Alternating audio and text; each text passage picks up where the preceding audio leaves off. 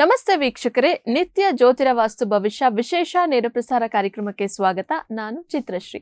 2026 ವರ್ಷ ಭವಿಷ್ಯ.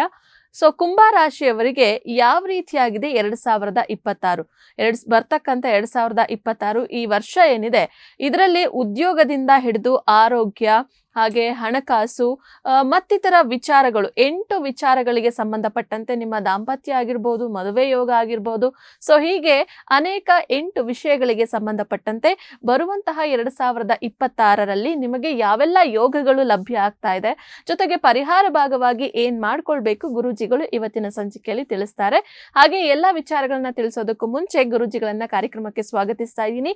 ಖ್ಯಾತ ಸಂಖ್ಯಾಶಾಸ್ತ್ರಜ್ಞರು, ಪಂಚಭೂತ ವಾಸ್ತು ತಜ್ಞರು ಹಾಗೂ ಖ್ಯಾತ ಜ್ಯೋತಿಷಿಗಳು ಆದಂತಹ ಶ್ರೀ ಮಂಜುನಾಥ್ ಗುರೂಜಿಗಳು. ಗುರೂಜಿ ನಮಸ್ತೆ, ಕಾರ್ಯಕ್ರಮಕ್ಕೆ ಸ್ವಾಗತ. ನೀಲಾಂಜನ ಸಮಾಭಾಸಂ ರವಿಪುತ್ರಂ ಯವಾಗ್ರಜಂ ಛಾಯಾ ಮಾರ್ತಾಂಡ ಸಂಭೂತಂ ತಂ ನಮಾಮಿ ಶನೇಶ್ವರಾಯ. ವೀಕ್ಷಕರೇ, ನೀವು ಸಹ ಗುರೂಜಿಗಳ ಬಳಿ ನೇರವಾಗಿ ಮಾತನಾಡಬೇಕು ಅಂದ್ರೆ ಕೆಳಗಡೆ ಡಿಸ್ಪ್ಲೇ ಆಗ್ತಾ ಇದೆ ಮೊಬೈಲ್ ಸಂಖ್ಯೆ, ಆ ನಂಬರ್ಗೆ ನೀವು ಕಾಲ್ ಮಾಡ್ಬೋದು ಅಥವಾ ಅದೇ ನಂಬರ್ಗೆ ನೀವು ವಾಟ್ಸಪ್ ಸಹ ಮಾಡ್ಬೋದು. ನೀವು ನಮ್ಮ ಹಿಂದಿನ ಸಂಚಿಕೆಯನ್ನು ವೀಕ್ಷಿಸಿದ್ರೆ ಪ್ರಶ್ನಾ ಸಮಯ ಭಾಗದಲ್ಲಿ ನೀವು ಕಳಿಸಿರುವಂತಹ ಎಲ್ಲಾ ಪ್ರಶ್ನೆಗಳನ್ನ ನಾವು ತೆಗೆದುಕೊಳ್ತೀವಿ. ಗುರೂಜಿ, ಈಗ ಕಾರ್ಯಕ್ರಮನ ಪ್ರಾರಂಭ ಮಾಡೋಣ. 2026 ಇನ್ನೇನು ಹತ್ರದಲ್ಲೇ ಕೂಡ ಇರುವಂತದ್ದು. ಬರ್ತಕ್ಕಂಥ 2026 ಈ ವರ್ಷ ಏನಿದೆ, ಇದು ಕುಂಭ ರಾಶಿಯವರಿಗೆ ಯಾವ ರೀತಿಯಾದಂತಹ ಗ್ರಹ ಗೋಚಾರಗಳು ಹೇಗಿದೆ, ಹಾಗೆ ಯಾವೆಲ್ಲ ಗ್ರಹಗಳ ಗೋಚಾರ ಜರುಗ್ತಾ ಇದೆ ಅಂತ ಹೇಳಿ ಗುರೂಜಿ. ನೋಡಿ, ಪ್ರಮುಖವಾಗಿ ನಮ್ಮ ವಾಹಿನಿ ವೀಕ್ಷಕರಲ್ಲಿ ಹೇಳೋದೇನೆಂದರೆ, ಈ ಒಂದು ನಮ್ಮ ರಾಶಿ ಭವಿಷ್ಯದ ವಿಚಾರದಲ್ಲಿ ಮೀನ ಆಗಿರ್ಬೋದು, ಕುಂಭ ಆಗಿರ್ಬೋದು, ಮಕರ ಕೊನೆಯಲ್ಲಿ ಬರುತ್ತೆ ಅಂತ ತುಂಬ ಜನಕ್ಕೆ ಬೇಜಾರಿರುವಂಥದ್ದು. ಅದಕ್ಕೆ 2026 ಒಂದು ಇಸ್ವಿ ಅಂತ ನಾವೇನು ತಗೊತೀವಿ, ಇದರ ಒಂದು ಪ್ರಾಮುಖ್ಯತೆ ನಾವು ಈ ಒಂದು ಸಿರೀಸಲ್ಲಿ ಮಾಡ್ತಾ ಇದ್ದೀವಿ. ಅಂದರೆ ಮೀನ, ಕುಂಭ, ಮಕರ ಈ ರೀತಿ. ಪ್ರಮುಖವಾಗಿ ತಾವು ಕೇಳಿದ ಹಾಗೆ ಪ್ರತಿ ವರ್ಷದಂತ ಕೂಡ ಹೊಸ ವರ್ಷ ಬರುವಂಥದ್ದು ಇದೊಂದು ಸಂತೋಷಕರ. ಆದರೆ ನಮ್ಮ ಜ್ಯೋತಿಷ ಶಾಸ್ತ್ರದ ಪ್ರಕಾರದಲ್ಲಿ ನೋಡೋದಾದರೆ, ನಮ್ಮ ಸನಾತನ ಪರಂಪರೆಯಲ್ಲಿ ತುಂಬ ಒಂದು ಮಹತ್ವ ಕೊಟ್ಟಿರುವಂಥದ್ದು ಹೊಸ ಸಂವತ್ಸರ ಅಂತ ನಾವು ಯುಗಾದಿ ಹಬ್ಬದಿಂದ ನಾವು ಪರಿಗಣಿಸ್ತೇವೆ. ಆದರೆ ಈ ಯುಗಾದಿ ಹಬ್ಬ ಏನು ತಗೊತೀವಿ, ಪಂಚಾಂಗದ ಆಚರಣೆ ಮಹತ್ವ ಇರುವಂಥದ್ದು ತಗೊಳ್ಳುವಂಥದ್ದು. ಅಂದರೆ ನಾವು ಚೈತ್ರ ಮಾಸದಲ್ಲಿ ಬರುವಂಥ ಹೊಸ ಒಂದು ಪರ್ವ ಏನಾಗುತ್ತೆ ಅಂದರೆ, ಹೊಸ ಗಿಡ ಮರಗಳು ಚಿಗುರುವಂಥದ್ದು ಮತ್ತು ವಾತಾವರಣದಲ್ಲಿ ಬದಲಾವಣೆ ಆಗ್ತಿರುವಂಥದ್ದು.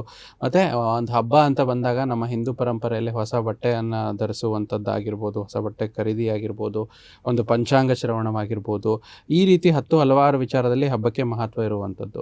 ಆದರೆ ಬದಲಾದ ಕಾಲಘಟ್ಟದಲ್ಲಿ ಇವಾಗಿನ ಒಂದು ಏನು ಜನ್ರೇಷನ್ ಅಂತ ನಾವು ತಗೊತೀವಿ, ಇವರಿಗೆ ತುಂಬ ಒಂದು ಜನವರಿ 1ನೇ ಒಂದು ಹೊಸ ವರ್ಷ ಅಂತ ಪರಿಗಣನೆ ಮಾಡುವಂಥ ಕಾಲ ಇದು.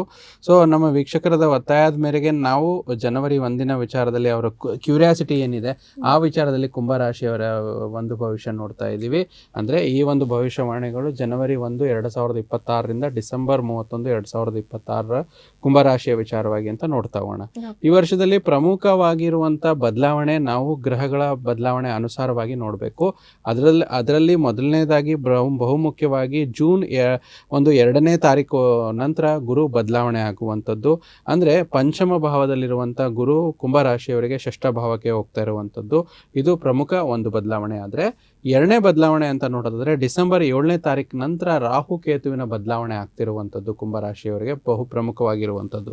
ಈ ಡಿಸೆಂಬರ್ 7 ಅಂದರೆ ಇನ್ನೂ ಒಂದು 10ರಿಂದ 15 ದಿನದ ನಂತರ 2027 ಬರೋದ್ರಿಂದ ಅದು ಅಂತ್ಯಭಾಗದಲ್ಲಾದರೂ ತಗೋಬೋದು ಅಥವಾ 2027 ವಿಚಾರದಲ್ಲಾದರೂ ಬದಲಾವಣೆ ಅಂತ ರಾಹುಕೇತು ತಗೋಬೋದು.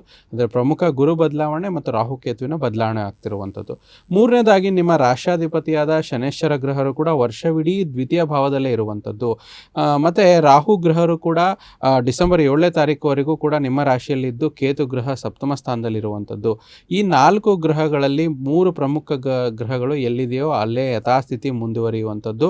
ಗುರು ಗ್ರಹ ಬದಲಾವಣೆ ಮಾತ್ರ ಕುಂಭರಾಶಿಯವರಿಗೆ ಈ ವರ್ಷದಲ್ಲಿ ಆಗುವಂಥದ್ದು. ಇನ್ನು ಬದಲಾವಣೆ ವಿಚಾರದಲ್ಲಿ ನೋಡೋದಾದರೆ ನಾವು ಪ್ರಮುಖವಾಗಿ ರವಿ ಗ್ರಹ ಆಗಿರ್ಬೋದು, ಒಂದು ತಿಂಗಳಿಗೆ ಒಂದ್ಸತಿ ಆಗುವಂಥದ್ದು.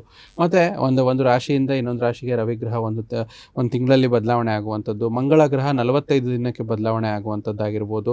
ಅದೇ ರೀತಿ ಶುಕ್ರ ಗ್ರಹ 30 ದಿನಗಳಿಗೆ ಒಂದು ರಾಶಿಯಿಂದ ಇನ್ನೊಂದು ರಾಶಿ ಬದಲಾವಣೆ ಆಗ್ತಿರುವಂಥದ್ದು. ಮತ್ತು ಅತ್ಯಂತ ವೇಗವಾಗಿ ಚಲಿಸುವಂಥ ಗ್ರಹ ಚಂದ್ರಗ್ರಹರು ಕೂಡ 2.5 ದಿನಕ್ಕೊಂದ್ಸತಿ ಬದಲಾವಣೆ ಆಗ್ತಿರುವಂಥದ್ದು.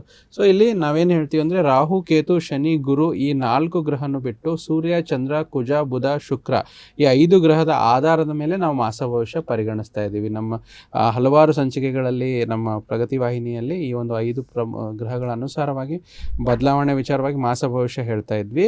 ವರ್ಷ ಭವಿಷ್ಯಕ್ಕೆ ಗುರು ಹಾಗೂ ಶನಿನ ತಗೊಂಡು ನೋಡ್ತಾ ಇದ್ವಿ.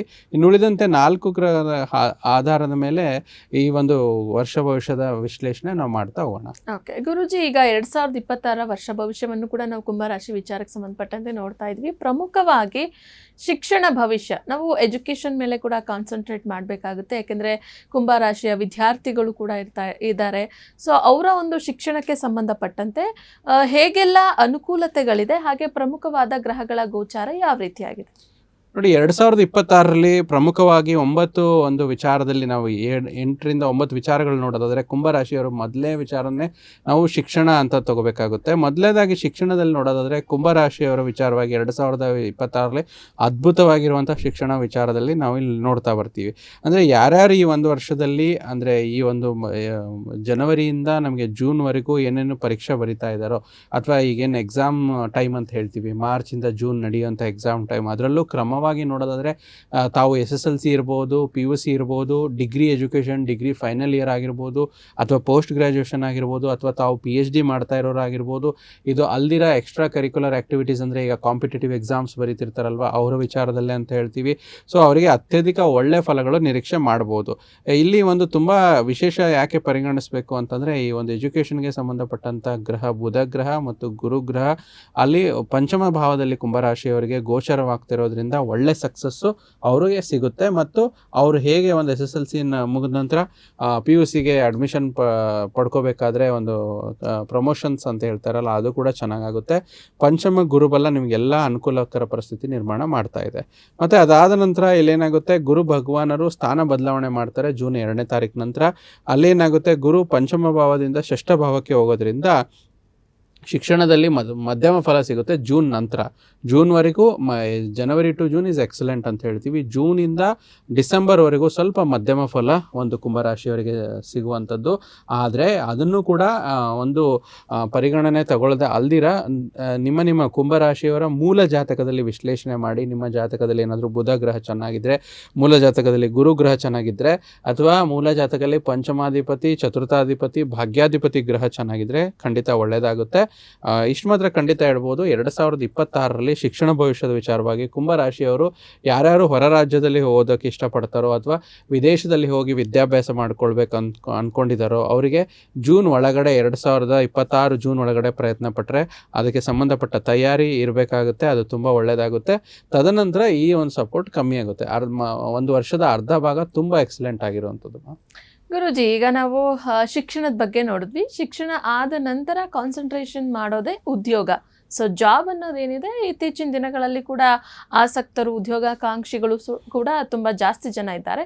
ಇನ್ನು ಕುಂಭರಾಶಿಯವ್ರಿಗೆ 2026ರಲ್ಲಿ ಈ ಉದ್ಯೋಗಕ್ಕೆ ಸಂಬಂಧಪಟ್ಟಂತೆ ಯಾವ ರೀತಿಯಾದಂತಹ ಅನುಕೂಲತೆಗಳಿದೆ, ಜೊತೆಗೆ ಏನಾದರೂ ಯೋಗಗಳಿದೆಯಾ, ಜೊತೆಗೆ ಅದರ ಪ್ರಭಾವಗಳು ಮತ್ತು ಫಲಗಳು ಏನೇನು ನೋಡೋಣ.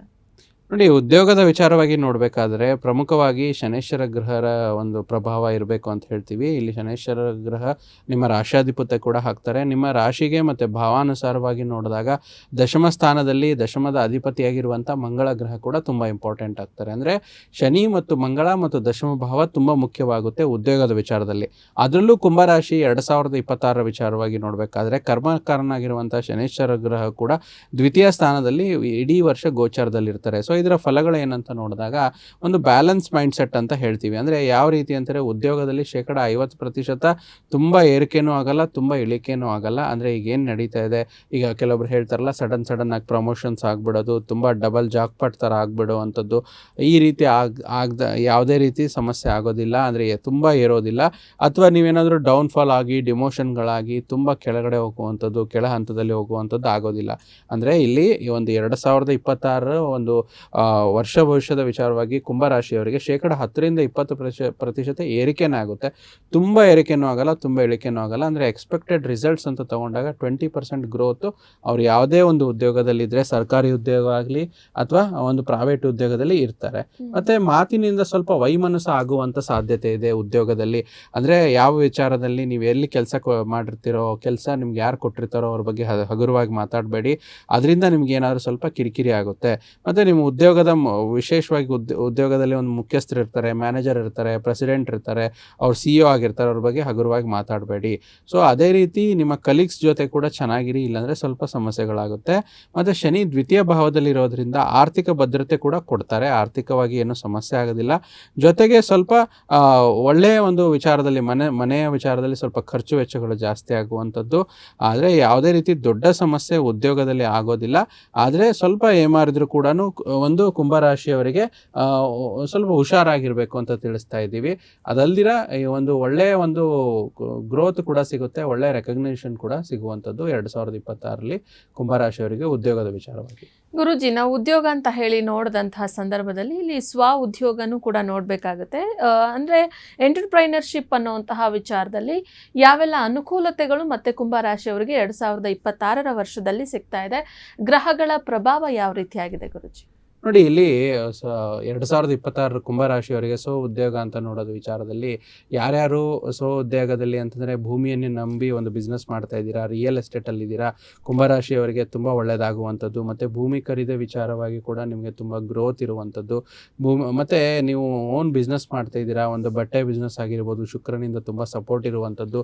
ಮತ್ತು ವಿದ್ಯಾಭ್ಯಾಸದ ವಿಚಾರವಾಗಿ ಅಂದರೆ ಎಜುಕೇಷನ್ ಟ್ರಸ್ಟನ್ನು ಯಾರು ಮಾಡ್ಕೊಂಡಿದ್ದಾರೆ ಅವ್ರಿಗೂ ಕೂಡ ಚೆನ್ನಾಗಿರುತ್ತೆ. ಈ ಸ್ವ ಉದ್ಯೋಗಗಳಂತ ಏನು ಹೇಳ್ತೀವಿ ಅಂದರೆ ಪ್ರಾಕ್ಟೀಸ್ನರ್ಸು, ನೀವೊಬ್ಬ ಒಂದು ಚಾರ್ಟೆಡ್ ಅಕೌಂಟೆಂಟ್ ಆಗಿರ್ಬೋದು, ಕಂಪ್ನಿ ಸೆಕ್ರೆಟರಿ ಆಗಿರ್ಬೋದು, ಲಾಯರ್ಸ್ ಆಗಿರ್ಬೋದು. ಸೊ ಅವರಿಗೆ ತುಂಬ ಒಳ್ಳೆಯದಾಗುತ್ತೆ. ಮತ್ತು ಸೊ ಉದ್ಯೋಗದಲ್ಲಿ ಮ್ಯಾನುಫ್ಯಾಕ್ಚರ್ಸ್ ಅಂತ ಹೇಳ್ತೀವಿ. ಮತ್ತು ನೀವೇ ಒಂದು ಆಫೀಸ್ನ ಕ್ರಿಯೇಟ್ ಮಾಡಿಕೊಂಡು ಇದು ಮಾಡ್ತಾ ಇರುವಂಥ ಉದ್ಯೋಗದಲ್ಲಿ ಅಥವಾ ಕಾಮರ್ಸ್ ಆಗಿರ್ಬೋದು ಅಥವಾ ಆರ್ಟಿಫಿಷಿಯಲ್ ಇಂಟೆಲಿಜೆನ್ಸ್ ಆಗಿರ್ಬೋದು, ಇದಕ್ಕೆ ತುಂಬ ಬೆಲೆ ಬರುತ್ತೆ. ಯಾವುದೇ ರೀತಿ ಎಲ್ಲ ರೀತಿ ಒಂದು ಭಗವಂತನ ಪೂರ್ಣ ಅನುಗ್ರಹ ಉದ್ಯೋಗದಲ್ಲಿ ಖಂಡಿತ ಇರುವಂಥದ್ದು. ಅದರಲ್ಲೂ ಕೂಡ ಈ ಒಂದು ಇನ್ವೆಸ್ಟ್ಮೆಂಟ್ ಬಿಸ್ನೆಸ್ ಅಂತ ಯಾರು ಮಾಡ್ತಾರೋ ಅವರಿಗೆ ತುಂಬ ಒಳ್ಳೆಯದಾಗುತ್ತೆ. ಮತ್ತು ಇನ್ಶೂರೆನ್ಸ್ ಏಜೆಂಟ್ಸ್ ಆಗಿರ್ಬೋದು, ಮತ್ತು ಒಂದು ಹೆಚ್ಚು ಕಮ್ಮಿ ಎಷ್ಟೋ ಕಷ್ಟಪಟ್ಟು ಉದ್ಯೋಗದಲ್ಲಿ ಮೇಲ್ ಬರುವಂಥವರಿಗೆ ಒಂದು ಶನೇಶ್ವರನ ಅನುಗ್ರಹ ಇರೋದ್ರಿಂದ ಸ್ವ ಉದ್ಯೋಗಿಗಳಿಗೆ ತುಂಬ ಒಂದು ಒಳ್ಳೆಯ ವರ್ಷ 2026 ಕುಂಭರಾಶಿಯವರಿಗೆ ಆಗಿರುವಂಥದ್ದು.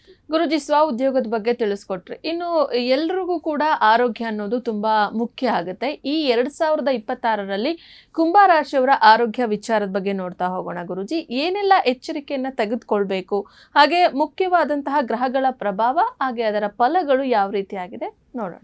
ಸೊ ಆರೋಗ್ಯದ ವಿಚಾರದಲ್ಲಿ ಸ್ವಲ್ಪ ನೋಡಬೇಕಂದ್ರೆ ಬಹು ಪ್ರಾಮುಖ್ಯವಾಗಿ ಸ್ವಲ್ಪ ಬೆನ್ನು ನೋವಿನ ಸಮಸ್ಯೆ ಕಾಣಿಸ್ಕೊಳ್ಳುವಂಥದ್ದು, ಅದರಲ್ಲೂ ಕಾಲು ಮೊಣಕಾಲು ಅಂತ ಹೇಳ್ತೀವಿ ಅಥವಾ ಜಾಯಿಂಟ್ ಪೇನ್ಸ್, ಇವೆಲ್ಲ ಸಮಸ್ಯೆ ಸ್ವಲ್ಪ ಹೆಚ್ಚಾಗಿ ಕಾಣಿಸ್ಕೊಳ್ಳುವಂಥದ್ದು. ಸಾಧ್ಯವಾದಷ್ಟು ಕಾಲಿನ ಆರೋಗ್ಯದ ಬಗ್ಗೆ ಹೆಚ್ಚಾಗಿ ಕಾಪಾಡಿಕೊಳ್ಳಿ. ಮತ್ತು ನೀವೇನಾದರೂ ಸ್ವಲ್ಪ ನ್ಯಾಚುರಲ್ ಪ್ರೊಸೀಜರ್ಸ್ ಅಂದರೆ ವಾಕಿಂಗ್ ಆಗಿರ್ಬೋದು, ಜಾಗಿಂಗ್ ಆಗಿರ್ಬೋದು, ಅಥವಾ ಬ್ರಿಸ್ಕ್ ವಾಕಿಂಗು, ಸ್ಕಿಪ್ಪಿಂಗ್ ಆಗಿರ್ಬೋದು, ಅಂದರೆ ನಿಮ್ಮ ಕಾಲಿನಿಗೆ ಎಕ್ಸರ್ಸೈಸ್ ಕೊಡುವಂಥ ಒಂದು ಕೆಲಸ ಕಾರ್ಯಗಳನ್ನು ಮಾಡಿದಾಗ ಆ ಒಂದು ಸಮಸ್ಯೆಗಳು ದೂರವಾಗುತ್ತೆ. ಇದನ್ನು ಬಿಟ್ಟರೆ ಸಣ್ಣ ಪುಟ್ಟ ಕೆಮ್ಮು, ಜ್ವರ, ನೆಗಡಿ ಈ ರೀತಿ ಇರುವಂಥದ್ದು. ಆದರೆ ಕ್ರೋನಿಕ್ ಡಿಸೀಸಸ್ ಅಂತ ನಾವೇನು ತೊಗೊತೀವಿ ಅದ್ರ ಬಗ್ಗೆ ಯಾವುದೇ ಭಯ ಪಡೋದು ಅಗತ್ಯ ಇಲ್ಲ. ಭಗವಂತನ ಪೂರ್ಣ ಆಶೀರ್ವಾದ ಇರೋದ್ರಿಂದ ಸಣ್ಣ ಪುಟ್ಟ ಇಡೀ ವರ್ಷ ಕುಂಭರಾಶಿಯವರಿಗೆ ಜಾಯಿಂಟ್ ಪೇನ್ ವಿಚಾರವಾಗಿ ಸಮಸ್ಯೆಗಳು ಕಾಡುತ್ತೆ.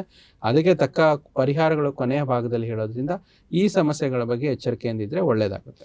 ನೋಡಿದ್ರಲ್ಲ ವೀಕ್ಷಕರೇ, ಕುಂಭರಾಶಿಯವರಿಗೆ 2026ರ ವರ್ಷದಲ್ಲಿ ಉದ್ಯೋಗ ಆಗಿರ್ಬೋದು, ಶಿಕ್ಷಣ ಆಗಿರ್ಬೋದು, ಆರೋಗ್ಯ ಆಗಿರ್ಬೋದು, ಇವುಗಳಿಗೆ ಸಂಬಂಧಪಟ್ಟಂತೆ ಗ್ರಹಗಳ ಗೋಚಾರದ ಪ್ರಭಾವ ಯಾವ ರೀತಿಯಾಗಿದೆ ಅಂತ ಹೇಳಿ ತಿಳ್ಕೊಂಡಿದ್ದೀರಾ. ಇವತ್ತಿನ ದಿನದ ಪಂಚಾಂಗ ದಿನಾಂಕ 22/12/2025. ಈ ದಿನದ ಪಂಚಾಂಗ, ತಿಥಿ ಹಾಗೆ ದ್ವಾದಶ ರಾಶಿಗಳ ಫಲಾಫಲಗಳನ್ನ ನೋಡ್ತಾ ಹೋಗೋಣ. ಮೊದಲನೇದಾಗಿ ಗುರುಜಿ, ಇವತ್ತಿನ ದಿನದ ಪಂಚಾಂಗ ಮತ್ತೆ ತಿಥಿಯನ್ನ ತಿಳಿಸ್ಕೊಡಿ. ನೋಡಿ, 22 ಡಿಸೆಂಬರ್ 2025 ದಿನವಾಗಿರುವಂಥ ಇವತ್ತು ಒಂದು ದ್ವಿತೀಯ ತಿಥಿ, ಶುಕ್ಲ ಪಕ್ಷ, ಉತ್ತರಾಷಾಢ, ಪ್ರಮುಖವಾಗಿರುವಂಥ ಸೂರ್ಯ ನಕ್ಷತ್ರ ಅಂತ ಹೇಳ್ತೀವಿ. ಧ್ರುವಯೋಗ ಇರುವಂಥದ್ದು, ಹಾಗೆ ಕೌಲವಕರಣ. ಮತ್ತು ಇವತ್ತಿನ ಬೆಂಗಳೂರಿನ ಕಾಲಮಾನ ನಮ್ಮ ರಾಜ್ಯಕ್ಕೆ ಸಂಬಂಧಪಟ್ಟ ಹಾಗೆ 6:38 ಸೂರ್ಯೋದಯ ಆದರೆ 5:58 ಸೂರ್ಯಾಸ್ತ ಆಗುತ್ತೆ. ಇವತ್ತಿನ ರಾಹುಕಾಲ ಒಂದು 8:04 9:28 ಇರುವಂಥದ್ದು. ಯಮಗಂಡ ಕಾಲ 10:53 12:18. ಗುಳಿಕ ಕಾಲ 1 ಗಂಟೆ 43 ನಿಮಿಷದಿಂದ 3 ಗಂಟೆ 8 ನಿಮಿಷ. ಮತ್ತು ಅಭಿಜಿತ ಮುಹೂರ್ತ ಅಥವಾ ಅಭಿಜಿತ ಲಗ್ನ ಅಂತ ನೋಡಿದ್ರೆ 11 ಗಂಟೆ 56 ನಿಮಿಷದಿಂದ 12 ಗಂಟೆ 41 ನಿಮಿಷವಾಗಿರುವಂಥದ್ದು. ಗುರುಜಿ, ಇವತ್ತಿನ ದಿನದ ವಿಶೇಷತೆ? ನೋಡಿ, ಪ್ರಮುಖವಾಗಿ ನಡೀತಾ ಇರುವಂಥ ಈ ಒಂದು ಮಾರ್ಗಶಿರ ಮಾಸದ ಒಂದು ದ್ವಿತೀಯ ಶುಕ್ಲ ಪಕ್ಷ ಅಂತ ಹೇಳ್ತೀವಿ, ಅದು ಸೋಮವಾರ. ತುಂಬ ವಿಶೇಷವಾಗಿ ಶಿವನಿಗೆ ಆರಾಧನೆ, ಶಿವನ ಒಂದು ಆಲಯಕ್ಕೆ ಹೋಗುವಂಥದ್ದು, ಬಿಲ್ವಾರ್ಚನೆ ಮಾಡಿಸುವಂಥದ್ದು. ಅದರಲ್ಲಿ ಪ್ರಮುಖವಾಗಿ ನಡೀತಾ ಇರುವಂಥದ್ದು ಧನುರ್ಮಾಸದ ಪೂಜಾ ಕೈಂಕರ್ಯಗಳ ಬಗ್ಗೆ ನಾವು ಹಲವಾರು ಎಪಿಸೋಡ್ಗಳಲ್ಲಿ ಚರ್ಚೆ ಮಾಡಿದ್ದೇವೆ. ಬೆಳಗಿನ 4 ಗಂಟೆಯಿಂದ ಶುಭ ಮುಹೂರ್ತದಲ್ಲಿ ಮಾಡುವಂಥ ಬ್ರಾಹ್ಮಿ ಮುಹೂರ್ತದ ಪೂಜೆ ತುಂಬ ವಿಶೇಷವಾಗಿದೆ. ಅದರಲ್ಲೂ ಸೋಮವಾರ ಶಿವನ ಆಲಯ, ಶಿವನ ಪೂಜೆ, ಶಿವನ ಧ್ಯಾನ, ಜಪತಪ ಧ್ಯಾನಗಳು ಸಾರ್ವಜನಿಕವಾಗಿ ಎಲ್ಲರಿಗೂ ಒಳ್ಳೆಯದನ್ನ ಮಾಡುವಂಥದ್ದು. ದ್ವಾದಶ ರಾಶಿಗಳ ದಿನ ಭವಿಷ್ಯವನ್ನ ನೋಡ್ತಾ ಹೋಗೋಣ ಗುರುಜಿ. ಮೊದಲನೇದಾಗಿ ಮೇಷರಾಶಿ. ನಿಮಗೇನು ಒಳ್ಳೆಯದೆಂದು ನಿಮಗೆ ಮಾತ್ರ ಗೊತ್ತು. ಆದ್ದರಿಂದ ದೃಢವಾಗಿರಿ, ಧೈರ್ಯಶಾಲಿಯಾಗಿರಿ ಮತ್ತು ತಕ್ಷಣದ ನಿರ್ಧಾರಗಳನ್ನು ತೆಗೆದುಕೊಳ್ಳಿ ಹಾಗೂ ಫಲಿತಾಂಶಗಳಿಗೆ ಸಿದ್ಧವಾಗಿರಿ. ಮೇಷರಾಶಿಯ ನಂತರ ಮುಂದಿನ ರಾಶಿ ವೃಷಭ ರಾಶಿ. ತುಂಬಾ ಚಿಂತೆ, ನಿಮಗೆ ಒತ್ತಡ ನಿಮ್ಮ ಆರೋಗ್ಯವನ್ನು ನಾಶ ಮಾಡಬಹುದು. ನಿಮ್ಮ ಮಾನಸಿಕ ಸ್ಪಷ್ಟತೆಯನ್ನು ಕಾಯ್ದುಕೊಳ್ಳಲು ಗೊಂದಲ ಮತ್ತು ಹತಾಶೆಯನ್ನು ತಡೆಗಟ್ಟಬೇಕು. ವೃಷಭ ರಾಶಿಯ ನಂತರ ಮುಂದಿನ ರಾಶಿ ಮಿಥುನ ರಾಶಿ. ನಿಮ್ಮ ಚಿಂತನೆ ಮತ್ತು ಶಕ್ತಿಯನ್ನು ನೀವು ವಾಸ್ತವವಾಗಿ ಏನು ನೋಡಬಯಸುತ್ತೀರೋ ಅದನ್ನು ಸಾಧಿಸುವಲ್ಲಿ ನಿರ್ದೇಶಿಸಿ. ಇದರಿಂದ ದಿನ ಯಶಸ್ವಿಯಾಗಿರುತ್ತೆ. ಮಿಥುನ ರಾಶಿಯ ವಿಚಾರಕ್ಕೆ ಸಂಬಂಧಪಟ್ಟಂತೆ ಇವತ್ತಿನ ಸೋಮವಾರದ ದಿನ ಭವಿಷ್ಯವನ್ನ ನೋಡಿದ್ವಿ. ಹಾಗೆ ಮುಂದಿನ ರಾಶಿ ಕರ್ಕಾಟಕ ರಾಶಿ. ಫಿಟ್ನೆಸ್ ಹಾಗೂ ತೂಕ ನಷ್ಟ ಕಾರ್ಯಕ್ರಮಗಳು ನಿಮಗೆ ಒಂದು ಒಳ್ಳೆಯ ದೇಹ ರಚನೆ ಹೊಂದಲು ಇವತ್ತು ಸಹಾಯ ಮಾಡುವಂತ ಒಂದು ಒಳ್ಳೆಯ ದಿನ ಆಗಿರುವಂಥದ್ದು. ಕರ್ಕಾಟಕ ರಾಶಿಯ ನಂತರ ಮುಂದಿನ ರಾಶಿ ಸಿಂಹ ರಾಶಿ. ದ್ವೇಷ ಪ್ರೀತಿಗಿಂತ ಹೆಚ್ಚು ಶಕ್ತಿಶಾಲಿಯಾಗಿರುವಂಥದ್ದು. ಸೊ ಯಾವುದೇ ನಿಮ್ಮ ದ್ವೇಷ ಸ್ವಲ್ಪ ದುಬಾರಿ ಅನ್ನಿಸಬಹುದು, ಅದನ್ನ ತಡೆಗಟ್ಟಿದ್ರೆ ಇವತ್ತಿನ ದಿನ ತುಂಬಾ ಒಳ್ಳೆಯದಾಗುತ್ತೆ. ಸಿಂಹ ರಾಶಿಯ ನಂತರ ಮುಂದಿನ ರಾಶಿ ಕನ್ಯಾ ರಾಶಿ. ಸಣ್ಣ ಸಣ್ಣ ವಿಷಯಗಳು ನಿಮ್ಮ ಮನಸ್ಸನ್ನು ಕೆಡಿಸಲು ಬಿಡಲೇಬೇಡಿ. ಯಾವುದೇ ದೀರ್ಘಕಾಲೀನ ಹೂಡಿಕೆಗಳನ್ನು ತಪ್ಪಿಸಿ ಮತ್ತು ನಿಮ್ಮ ಸ್ನೇಹಿತರ ಜೊತೆ ಆಹ್ಲಾದಕರ ಕ್ಷಣಗಳನ್ನು ಕಳೆಯಲು ಇವತ್ತು ಪ್ರಯತ್ನಿಸಿ. ಕನ್ಯಾ ರಾಶಿಯ ವಿಚಾರಕ್ಕೆ ಸಂಬಂಧಪಟ್ಟಂತೆ ಇವತ್ತಿನ ದಿನ ಭವಿಷ್ಯವನ್ನ ನೋಡಿದ್ವಿ. ಹಾಗೆ ಮುಂದಿನ ರಾಶಿ ತುಲಾ ರಾಶಿಯ ಬಗ್ಗೆ ನೋಡೋದಕ್ಕೂ ಮುಂಚೆ ನಮಗೆ ಪ್ರಶ್ನಾ ಸಮಯ ಭಾಗದಲ್ಲಿ ನಮ್ಮ ವೀಕ್ಷಕರು ಕಳುಹಿಸಿರುವಂತಹ ಪ್ರಶ್ನೆಯನ್ನ ನಾವು ತಗೊಳ್ತಾ ಇದ್ದೀವಿ. ಗುರುಜಿ, ತಗೊಳ್ಬಹುದಾ? ಖಂಡಿತ. ಇವರು ತಮ್ಮ ಹೆಸರನ್ನ ತಿಳಿಸ್ತಾ ಇದ್ದಾರೆ ಗುರುಜಿ. ಶ್ರೀಧರ್. ಓಕೆ. ಜನ್ಮ ದಿನಾಂಕ 8/9/1992. ಓಕೆ. ಜನ್ಮ ಸಮಯ 10 ಗಂಟೆ 15 ನಿಮಿಷ AM ಗಳಲ್ಲಿ. ಹಾಗೆ ಜನ್ಮಸ್ಥಳ ಬೀದರ್ ಅಂತ ಹೇಳ್ತಾ ಇದ್ದಾರೆ. ಗುರುಜಿ, ಇವ್ರು ಕೇಳ್ತಾ ಇರುವಂತ ಪ್ರಶ್ನೆ, ಈಗ ಬರ್ತಕ್ಕಂಥ 2026 ಈ ವರ್ಷ ನನಗೆ ಹೇಗಿರುತ್ತೆ, ಎಕ್ಸ್ಪೆಷಲಿ ಹಣಕಾಸಿನ ವಿಚಾರದಲ್ಲಿ ಹೇಗಿರುತ್ತೆ ಅಂತ ಹೇಳಿ ನನಗೆ ತಿಳಿಸ್ಕೊಡಿ ಅಂತ ಕೇಳ್ತಾ ಇದ್ದಾರೆ.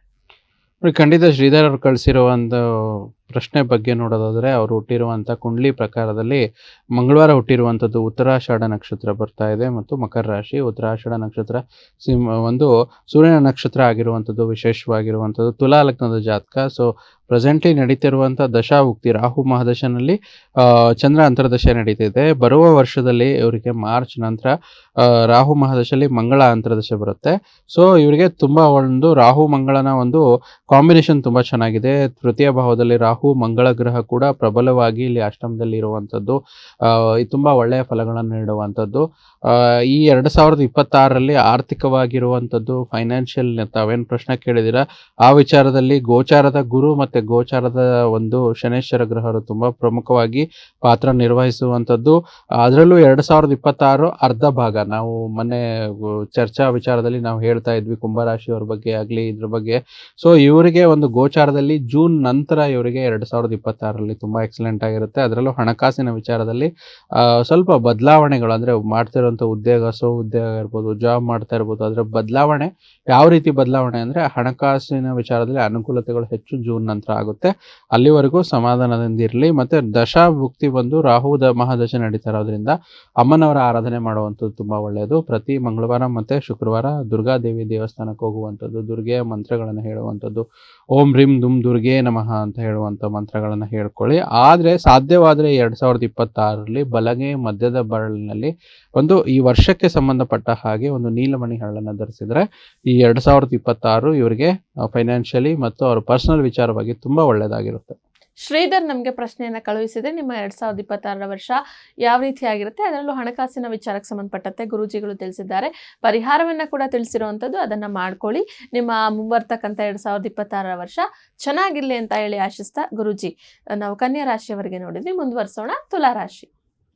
ಸೊ ಪ್ರಮುಖವಾಗಿ ಇವತ್ತು ತುಲಾರಾಶಿಯವರಿಗೆ ಸಾಧ್ಯವಾದರೂ ದೀರ್ಘ ಪ್ರಯಾಣವನ್ನು ತಪ್ಪಿಸಿ, ಏಕೆಂದರೆ ನೀವು ಪ್ರಯಾಣಿಸಲು ತುಂಬ ದುರ್ಬಲರಾಗಿದ್ದೀರಿ ಹಾಗೂ ಇದು ಮತ್ತಷ್ಟು ನಿಮ್ಮನ್ನು ದುರ್ಬಲಗೊಳಿಸುತ್ತೆ ಪ್ರಯಾಣ. ಇದನ್ನ ನೀವು ಮುಂದೂಡಿದ್ರೆ ದಿನ ಚೆನ್ನಾಗಿರುತ್ತೆ. ತುಲಾ ರಾಶಿಯ ನಂತರ ಮುಂದಿನ ರಾಶಿ ವೃಶ್ಚಿಕ ರಾಶಿ.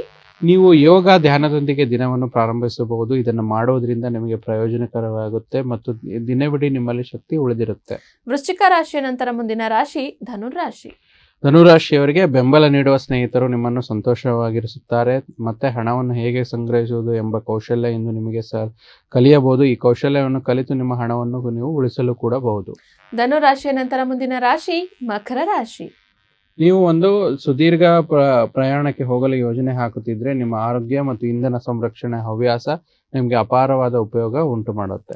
ಮಕರ ರಾಶಿಯ ನಂತರ ಮುಂದಿನ ರಾಶಿ ಕುಂಭರಾಶಿ. ಕುಂಭರಾಶಿಯವರಿಗೆ ಒಬ್ಬ ಸಂತನ ಆಶೀರ್ವಾದದಿಂದ ಮನಃಶಾಂತಿ ದೊರೆಯುತ್ತದೆ.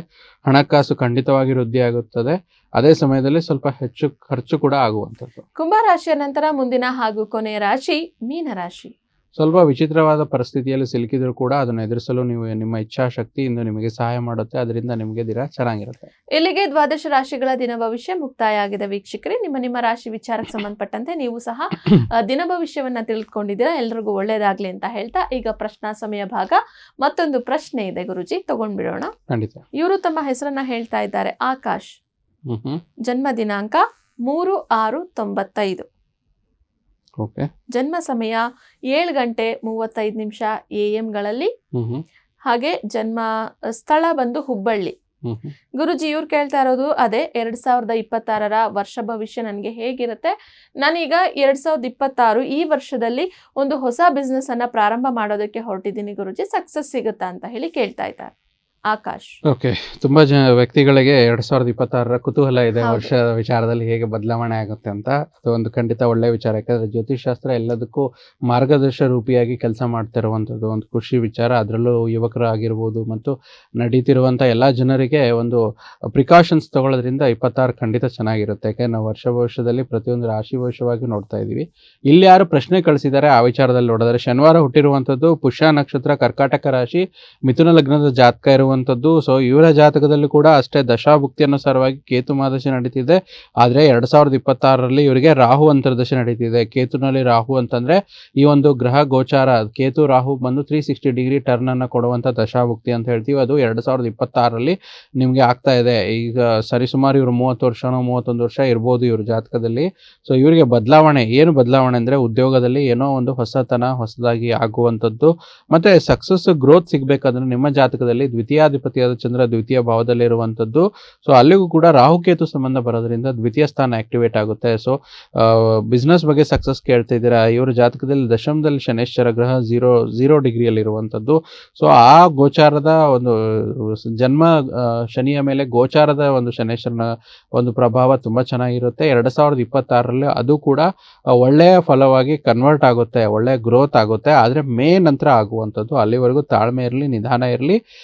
ಕೇತುಗೆ ಸಂಬಂಧಪಟ್ಟಂತ ಪರಿಹಾರಗಳು ಆದಷ್ಟು ಮಂಗಳವಾರ ಅಥವಾ ಬುಧವಾರ ಗಣಪತಿ ಸ್ವಾಮಿಯ ದೇವಸ್ಥಾನಕ್ಕೆ ಹೋಗುವಂಥದ್ದು, ಓಂ ಗಂ ಗಣಪತೇ ನಮಃ ಅಂತ ಒಂದು ಜಪ ಮಾಡುವಂಥದ್ದು ಇವ್ರಿಗೆ ಒಳ್ಳೆದನ್ನು ತರುತ್ತೆ. ಸಾಧ್ಯವಾದ ಮಟ್ಟಿಗೆ ಇವರು ಬಲಗೈ ಕಿರಿಬೆರಳಲ್ಲಿ 2026 ಮಾತ್ರ ಒಂದು ಬಲಗೈ ಕಿರಿಬೆರಳಲ್ಲಿ ಒಂದು ಪಚ್ಚೆ ಅನ್ನೋ ರತ್ನವನ್ನು 5 ರಿಂದ 6 ಕ್ಯಾರೆಟ್ ಬುಧವಾರದ ಹೊತ್ತು ಧರಿಸೋದ್ರಿಂದ ಇವರಿಗೆ 2026 ಶುಭವಾಗಿರುತ್ತೆ. ಸೊ ನಮಗೆ ಆಕಾಶ್ ಪ್ರಶ್ನೆಯನ್ನ ಕಳುಹಿಸಿದ್ರಿ.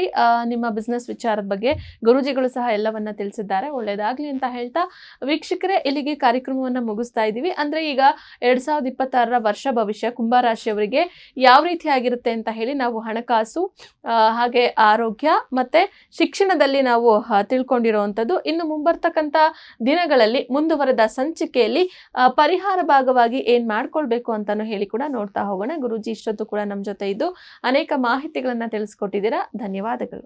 ಸರ್ವೇ ಜನೋ ಸುಖಿನೋ ಭವಂತು, ಸಮಸ್ತ ಸನ್ಮಂಗಳಾನಿ ಭವಂತು. ಕುಂಭರಾಶಿಯವರಿಗೆ ದಾಂಪತ್ಯ, ಮದುವೆ ಹಾಗೆ ಇದೇ ರೀತಿಯಾಗಿ ಅನೇಕ ಸಮಸ್ಯೆಗಳು ಏನೇ ಇದ್ರೂ ಸಹ 2026 ನಿಮಗೆ ಬರ್ತಕ್ಕಂಥ ಈ ವರ್ಷ ಹೇಗಿದೆ ಅಂತ ಹೇಳಿ ಮುಂದುವರೆದ ಸಂಚಿಕೆಯಲ್ಲಿ ನೋಡ್ತಾ ಹೋಗೋಣ. ಅಲ್ಲಿವರೆಗೂ ನೋಡ್ತಾ ಇರಿ ಪ್ರಗತಿ ಟಿವಿ. ಇದು ನಿಮ್ಮಿಂದ ನಿಮಗಾಗಿ.